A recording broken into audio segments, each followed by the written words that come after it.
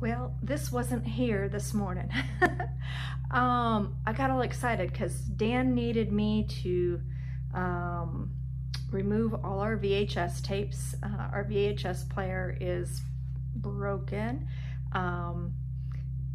So I removed them all, and so he can get some of his video recording equipment and stuff organized. But I saw that I had all this blank space on each side of the television, and we've been not doing a custom build because we're not sure, you know, like if we're going to go to a bigger TV someday or not. So all of a sudden I realized I had these great little miniature display cases upstairs, and I needed a way to corral all the miniatures that we have for sale. These are Native American pottery pieces. Actually, one basket is in there. Not sure if that basket's for sale. I gotta double check. But anyway, so thought it would be pretty cool to go ahead and put them on display down here in the main part in the apartment, and so that when people come to visit, they actually see some of the pottery because it's been kept upstairs in my office. Hey, Monica here. So today is just like a little vlog thing about the day. So I did start out with creating an open area in our DVDs and VHS area, our video recording and stuff. Dan does a lot of video. So he needed kind of a space. So I opened up an area for him, and when I did that, I also got to looking at it and added some Native American pottery. And so my day is starting out a little bit slower because I got sidetracked, and this is something that happens to me all the time. Part of the reason why I am a mess is I'm constantly going, ooh, a squirrel, and I go off in that direction instead of continuously focusing this direction. So we had, I started, one of the last videos or vlogs was about spring cleaning in the kitchen. I haven't gotten any further than that. I went off and did another area a little bit and did this area a little bit, and it's a mess. And I am going to admit, I'm a hoarder. I am not going to show you my hoard though. I just won't. It'll embarrass Dan. Dan will just be like, oh my God, I can't believe you put that on. So I will show it to you when it's clean and give you some ideas and tips in organizing. I'm really good at organizing. I'm just really bad at putting it back.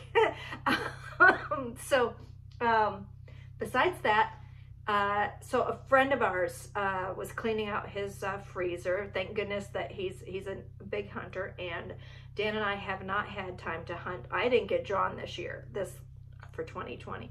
I didn't get drawn. Dan had a tag, but he was too busy taking care of his hunters that go with him, so he didn't get a chance to hunt, and which is normal. And so we tend to not have a lot of the food that we really rely on, because I would so much rather eat the lean, organic, wild game than to go to the grocery store and get those hormone injected you know, junk, or you know, purchase organics. I've been dabbling at finding some small local farms, and that's been working, and we've also been trying to grow some of our meats here. But for the most part, I was gifted some elk and javelina and bluegill, and so I had to clean out my freezer because some of the to-do pile that gets frozen is stacking up.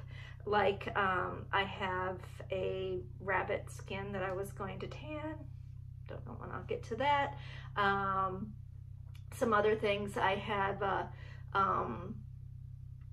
some, you know, have a javelina skull that needs cleaned. You know, things that need to be moved out of the freezer so I have room for food. And so one of the big things too was like 5 pounds of pork fat from a local 4-H pig. And so I'm rendering that down this morning. So I got sidetracked. I'll show you some of that footage on how I do that.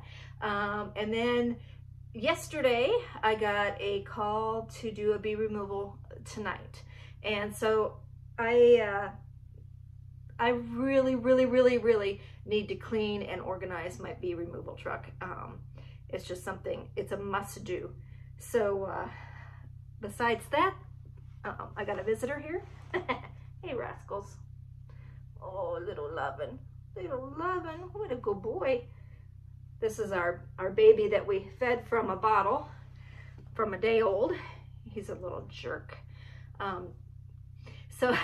But we love him. And besides that, so this is kind of my day. We'll see how much I get done. Since I started in the living room area organizing the DVDs, I was hoping to finish it because it won't take that much longer to get that area cleaned up, and then I can say that spring clean is finished. So there, part of my day. We'll see what all happens. Got to go see the chickens. Got to feed everybody. So the day is just beginning. Okay, I have my pork fat in the oven covered on low heat, which is around, I think I got mine around, 175. And it's been in there for a couple hours. And so it should be ready to start canning. And so, of course, I got my canning lids. I've got, also have some wide mouth jars on the stove.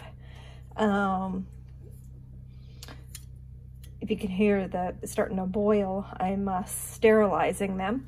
I have my nice funnel, my canning funnel, some clean cheesecloth, a ladle to ladle the fat or the grease, and then I usually have a really nice tool, and I can't find it, but it has like a magnet on the end of it so that I could dip it in, you know, to pick these up out of the hot water. But I can't find that. So this is what I'm going to be using. Okay, so I have my hair up. I don't know how people can cook in the kitchen with their hair down. I shed everywhere. So hair up. This is not a beauty contest. We're cooking. So basically what I just did is I took some of the fat out of the oven. I need to get a better setup for my camera. We'll figure that out. But anyway, so the pork fat was in here, and by the way, I had stored it in the freezer pre-ground. If you grind the fat up first, and it's best to do it when it's partially frozen so it comes through the grinder easier, but if you do it, you grind it first, it goes much faster to pull, you know, to melt it, I guess is the terminology I'm using. So this one here is the ground fat. Okay, so I set a jar up with the funnel, and the cheesecloth has been folded, and then all I'm gonna do is ladle this in. And all the cheesecloth is for is to catch any tidbits that I don't want in there. So I'm gonna try to do it. Look at how pretty that is. So you're wondering, what am I gonna use this for?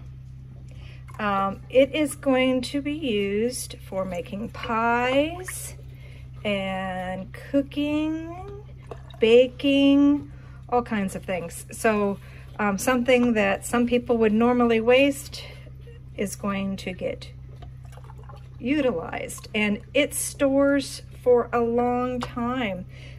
So it's really nice. I need to watch how high I'm getting with this. I'm gonna have to put the camera down.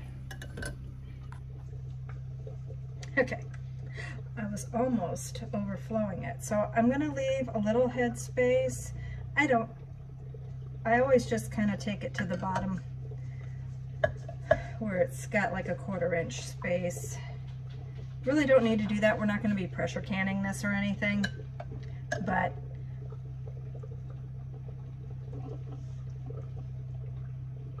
I just do it out of habit, I guess.